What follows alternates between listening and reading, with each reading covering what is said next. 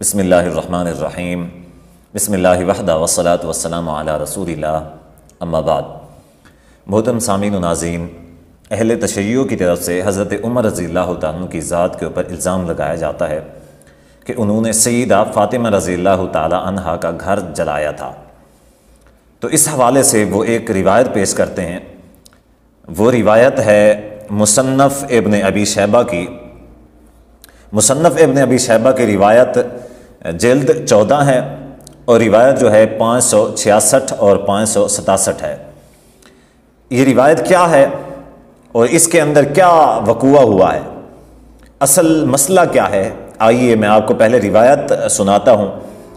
مختصر انداز میں، اس کے بعد پھر انشاءاللہ اس کے حوالے سے تبصرہ کرتے ہیں کہ اصل وقوع کیا ہے اور یہ حقیقت میں مسئلہ کیا ہے۔ حقیقت میں اس روایت کے اندر ہے کہ جب نبی صلی اللہ علیہ وسلم کی وفات ہوئی تو حضرت ابوبکر صدیق رضی اللہ عنہ کی خلافت کے حوالے سے مشورے ہو رہے تھے۔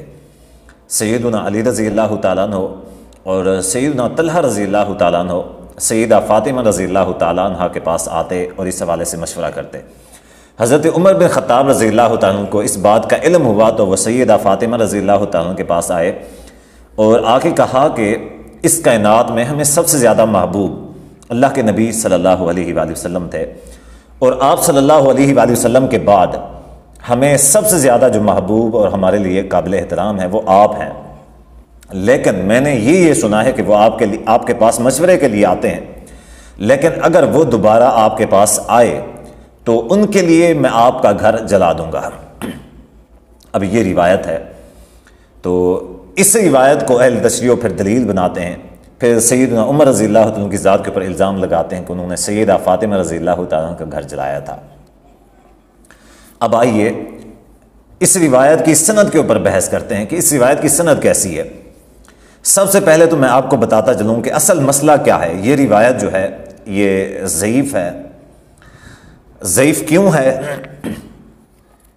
اس کا ضعف کی وجہ کیا ہے کہ یہ مرسل اور منقطع روایت ہے، یعنی کہ اس کے اندر جو انقطاع پایا جاتا ہے۔ انقطاع کیا ہے کہ اس روایت کو جو راوی ہیں وہ راوی حضرت عمر رضی اللہ تعالیٰ کا غلام ہے جس کا نام اسلم ہے۔ اب وہ حضرت عمر رضی اللہ تعالیٰ کے حوالے سے یہ بات کرتا ہے۔ اصل میں مسئلہ یہ ہے کہ یہ جو اسلم تھا یہ اس وقت مدینے کے اندر موجود تھا ہی نہیں،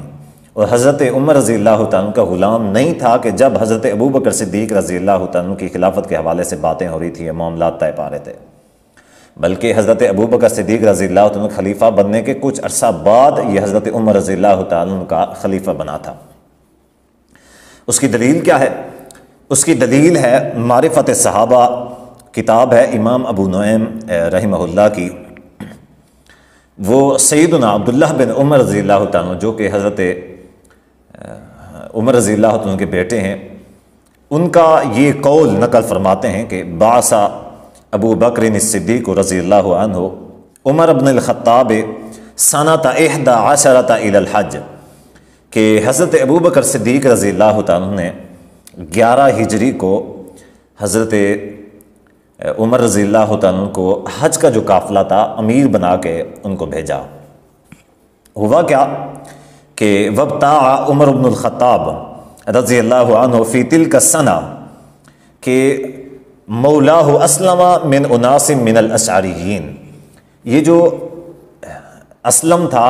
اس کو حضرت عمر بن خطاب رضی اللہ تعالیٰ نے اشعریین، جو اشعری قبیلے سے لوگ تعلق رکھتے تھے، ان سے خریدا تھا۔ تو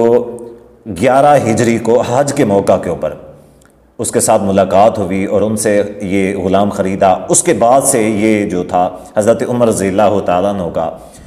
غلام بنا، یعنی کہ حضرت ابوبکر صدیق رضی اللہ عنہ خلیفہ بن چکے تھے، اور خلافت کے بعد انہوں نے حضرت عمر رضی اللہ عنہ کو حج کا امیر بنایا، اور جب وہ مکہ پہنچے اور مکہ میں اشعریین سے ملاقات ہوئی اور ان سے یہ غلام خریدا، تو اب وہ پہلے مکہ میں آیا، پھر بعد میں یہ ہے کہ مدینہ میں حضرت عمر رضی اللہ عنہ غلام بنا، تو وہ شخص جو اس موقع کے اوپر تھا ہی نہیں وہ کیسے روایت کر سکتا ہے؟ اب اس حوالے سے یہ ہے کہ اس کا سماع ثابت نہیں ہے۔ حضرت عمر رضی اللہ تعالیٰ سے۔ اب اس حوالے سے چونکہ وہ بعد میں ان کا غلام بنا اور بعد میں وہ ان کے ساتھ کچھ عرصہ گزارا، اس نے ان کے ساتھ رہا، تو ان کا جو سما تھا وہ ثابت ہو گیا، بعد میں رہا، اور جو باقی کئی ساری باتیں تھیں، باقی کئی سارے معاملات تھے ساتھ میں رہنے کی وجہ سے، وہ اس کا سما حضرت عمر رضی اللہ عنہ سے ثابت ہو گیا۔ لیکن یہ جو روایت ہے، یہ جو موقع اور محل وقوع ہے، یہ کبھی بھی اس نے حضرت عمر رضی اللہ عنہ سے نہیں سنا۔ کیوں نہیں سنا؟ کہ اس موقع کے اوپر وہ شخص تھا ہی نہیں۔ جب وہ نہیں تھا تو اس کی یہ جو روایت ہے یہ مرسل بھی ہے اور منقطع بھی ہے، تو لہٰذا یہ قابل قبول نہیں ہے، بلکہ یہ من گھڑت اور ضعیف ہے۔ اسی طرح اس کی جو دوسری روایت ہے، اس کے راوی ہیں سعید بن مسیب، جو کہ ایک تابعی ہیں، تو وہ اس کو روایت کرتے ہیں۔ تو وہ جو روایت ہے یہ بھی روایت منقطع ہے۔ یہ کیوں منقطع ہے؟ اس کے دلیل کیا ہے؟ حافظ ابن حجر الاسقلانی رحمہ اللہ فرماتے ہیں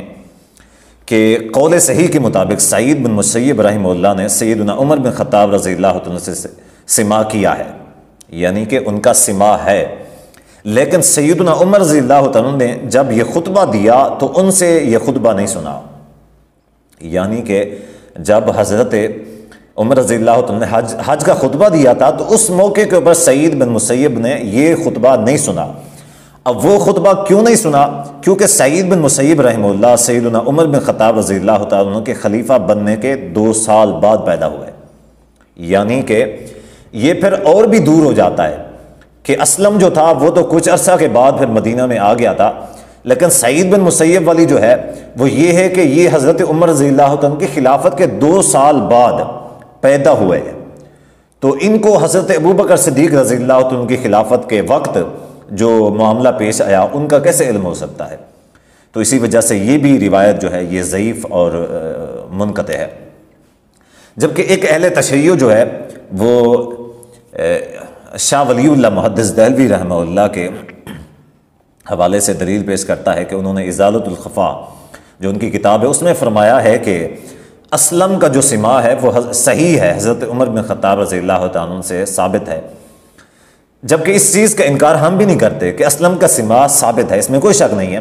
لیکن وہ والا سما ثابت نہیں ہے۔ باقی تو سما اب جب بعد میں آ گیا، ان کا غلام بنا، تو صاف ظاہر ہے اس نے کئی ساری باتیں سنی ہوگی،